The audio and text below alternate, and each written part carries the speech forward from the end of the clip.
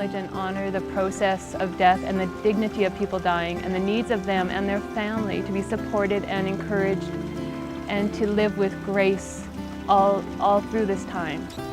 As a funeral director, I found that the families I was dealing with that had been involved with the past palliative hospice program were much more ready to deal with the decisions they had to make when they lost a loved one. So that's what drew me to the program. It's really what nursing is all about. Giving people the comfort that they need and the dignity, and sometimes it's hard to express. It's a very rewarding career. Well, I got started with hospice care many years ago when I was asked by the oncologist to sit in on rounds and give medical input. And I loved working with the team very much, and I've been doing this for a long time because I just don't, it's hardly work to me. What makes it unique is that it's a very holistic approach in the sense that we don't just look at the physical or medical needs of people.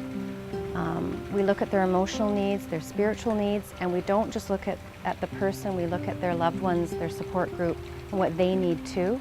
So we sort of look at a bigger picture than maybe other medical areas do. I think that's what makes it the most unique. End-of-life care of a loved one can be very complex and exhausting for the immediate family, and our program, which includes care both at home and in hospice, provides support during the final phase of the patient's illness. My father passed away in a hospice within Canada, and I think until you have had the opportunity to be involved in a hospice environment, there's just nothing to prepare you for how wonderful that is. And that is actually how I think a lot of volunteers and people come to hospice, is because they've had that experience, and it's so profound. My journey with Penticton Mogan Friends Hospice House started about 14 years ago. At that time, my husband was diagnosed with terminal cancer. Our world turned upside down. He was one of the first individuals to be moved into palliative care here when the house opened, and we were just so impressed with the care that he received. The staff were so kind and compassionate, not to mention their professional care for him was superb. And I felt really supported as a young wife and mother going through such a difficult time. So I'm pleased to say 14 years later, I'm involved in hospice in a different way. I'm part of a vibrant and passionate team of volunteers, and I really love my role. The feeling of honor of being with people, even for a short moment of their life, was extraordinary. And the program is vital based on all the components, from the doctors and the nurses to the volunteers to the Bereavement Resource Center to the families and the individuals who are dying. It is because we all work together in a truly interprofessional and humanistic way that it works. Everybody benefits from having the volunteers, and what they offer is absolutely immeasurable, and hospice wouldn't function without that part of our team. And it always sends shivers up my spine because it is the touch that absolutely matters. And I would recommend this to absolutely anybody who has time to go and do it. One lady has said to us, she said, when I get a massage, she says, I feel so special. And she says, I forget about all my aches and my pains and what's happening to me. And she just, every week she looked forward to it. I think I was in the second training program that came about, and it was really, the reason was just because I felt that there was a need for assisting people that were going through the dying process. Well, it's grown tremendously and in so many good ways. Of course, we started, we had the palliative care unit on the 3rd floor in the hospital, and look what we have today. We've now got the hospice house from 1998 with the 12 beds, and now with the bereavement center, that's just one more important branch to be able to serve the community.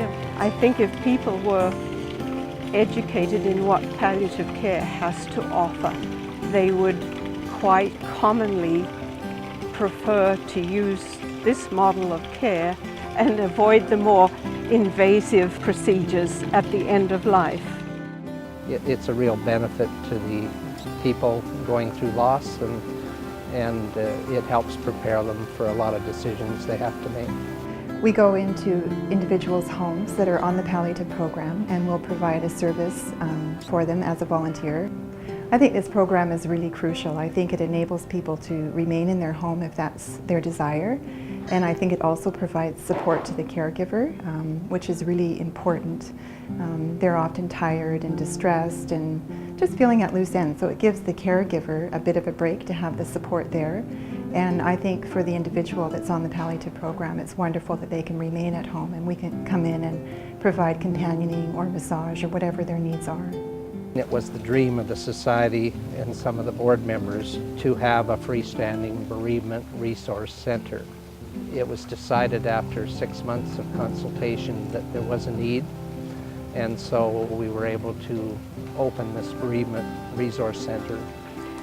As more people become aware of the Bereavement Resource Center and of the programs and services that we offer, I think it'll become a very important part of the communities of the South Okanagan and Okanee. The volunteers within hospice, their role is to aid families and residents here at Moog and Friends in whatever they might need.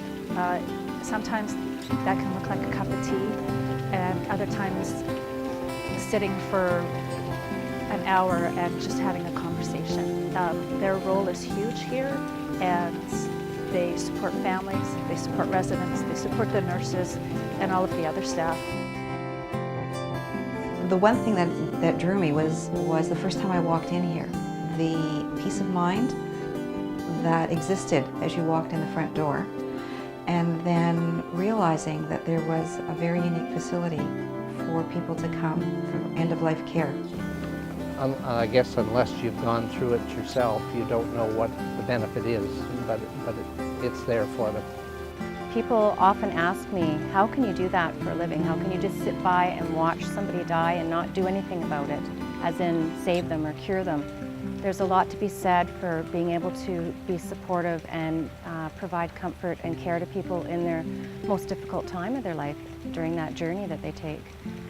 So I think that we do a lot, and I find it very rewarding. The Bereavement Resource Center offers a safe, compassionate environment for people to find the resources and supports to help them deal with the grief and loss, as well as learn tools to help people navigate through difficult times. Facing death and dying is probably one of the hardest things we'll ever do. And although it's a natural thing, we tend to forget that it's just a natural part of life. So it causes a lot of stress. The grieving process is difficult. And it's not just physical, it's also spiritual and emotional. And so we have a lot to offer.